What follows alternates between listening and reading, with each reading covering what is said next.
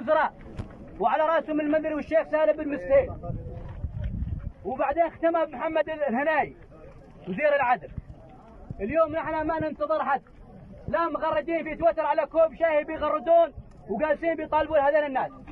اللي منكم في ناموس وفي اخوه وفي مرقله يعرف ميدان الاحتفالات في صلاله هنا. هذين الناس ما مطالبين الا حياه كريمه ووظائف. غير ذلك تقولون في تويتر، غير ذلك تجلسون في تويتر وتغردون وتسوون انفسكم ابطال. فانتم ابطال من حروف، ابطال الميدان موجودين هنا.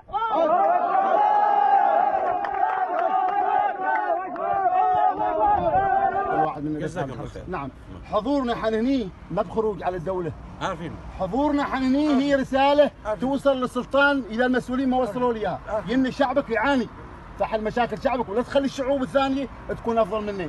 احنا نعيش عمانيين احرار. الناطح الشعوب المجاوره الناطحها الند بالند ما يكون الشعب افضل مني. نعيش في عز السلطان وفي حكم السلطان، نعيش بكرامه وبعزه، ما تكون الشعوب الثانيه افضل مني. احنا ننخذل لما نشوف شعوب افضل مننا، ننخذل نتالم، والالم يألمنا ان حكومتنا رادتنا احنا بهذا الكلام.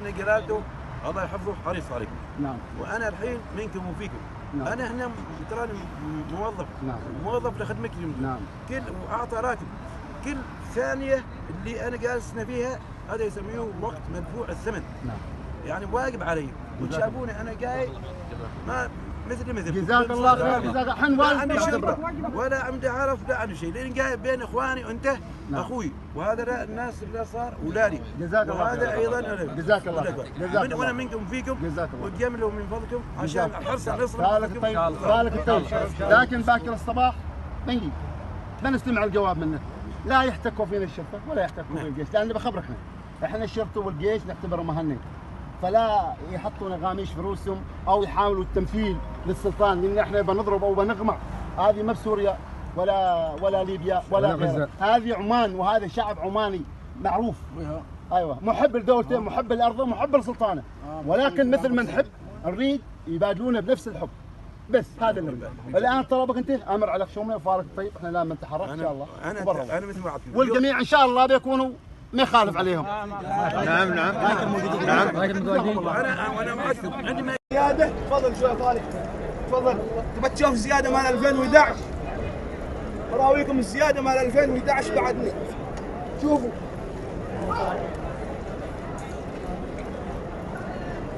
وإيش رايكم؟ وإيش رايكم؟ أنا مواطن أحصل للعذاب، وإيش رايكم أنتم؟ أنا اليوم ظهري مروق وبخاف قسم بالله، وذا الشنب ما علي والقبائل كلها والنعم، لكن ما يابن بلوشي إذا شردت أنا اليوم من الميدان.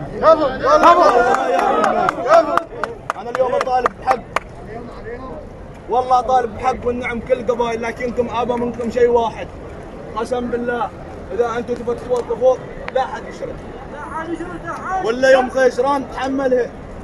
نحن عشنا مع العذاب وشفنا العذاب، والله إن شفنا العذاب.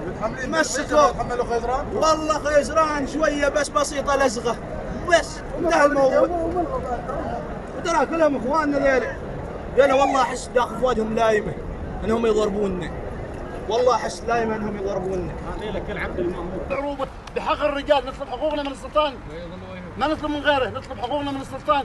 اما اذا كنا حب نظر المسؤولين سواء الامنيين الشرطه والجيش وغيره، قلنا حنخرفان، متى ما ارادوا يطوفوا علينا في بيوتنا ما نطلع ونبكي دموع. اللي ما قادر يدرس بنته، اللي ما قادر يطعم ولده، يعني اللي ما قادر يوفر حياه لعياله كريمه، انتوا تغلطوا علينا؟ لا كلمتي لك، كلمتي توصل للوزير، واتمنى انها توصل للسلطان. اذا السلطان يشوف عمان عاجزين انها تطعمنا وتوفر لنا حياه كريمه يفتح الهجره خلاص. والمقتدر ليش العيال؟ الله سبحانه وتعالى في معنى الايه قال اسعوا في منافذها، اسعوا في طلب الرزق، بيروحوا كلهم بيعيش. اما تقفلوا علينا لا معيشه لا شغل لا وظائف لا هذا ثروه وطن، والحق نحن مواطنين ثروه الوطن تقاسمها العماني من ضركوت لي مسندوق نصيبه. المواطن الشيخ المواطن اللي يتعرض لمثل الظرف جاء الان وزير الصحه وجات اللجنه وقالت اغلاق المحلات واغلاق ما اعرف ايش. الناس الفقراء ما عندنا رواتب، اسر كامله ما حد يشتغل فيها، مثلي الاف ظل في بيتهم يأثر عليهم غرب من بيت. اصبح الحر مجبر انه يطلع من صاحبه، من صديقه، من اخوه، والدوله غالغه ابوابها. ليش الدوله ما تقول تعالوا المواطن اللي ما عنده دخل ويستلم حد يشتغل فيها تعالوا، الا المحافظ طقها خذوا رواتب شهريه مصروف على ستر حال. ليش؟ اغلق وذل. حي ابو سيف حي غالب انت تدور وظايف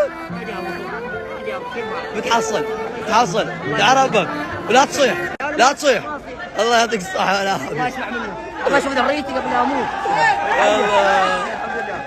شو نسوي نحن؟ انا عيله، انا عندي عيله زين، لكن شو اسوي؟ عندي بيت، علي راشن، اطفال، فواتير زين، فواتير كهرباء، فواتير ماي. هذا ما معاناتي انا بس، معاناة الاغلبيه. وين المستقبل اللي ما عنده عائله؟ وين مستقبله؟ دمي هني. كلامك جميل والله. شو اذا نبنا نحن يجوا يهددونا اذا ما بتروحوا نستخدم. يا اخي انت عسكري المفروض تنظم.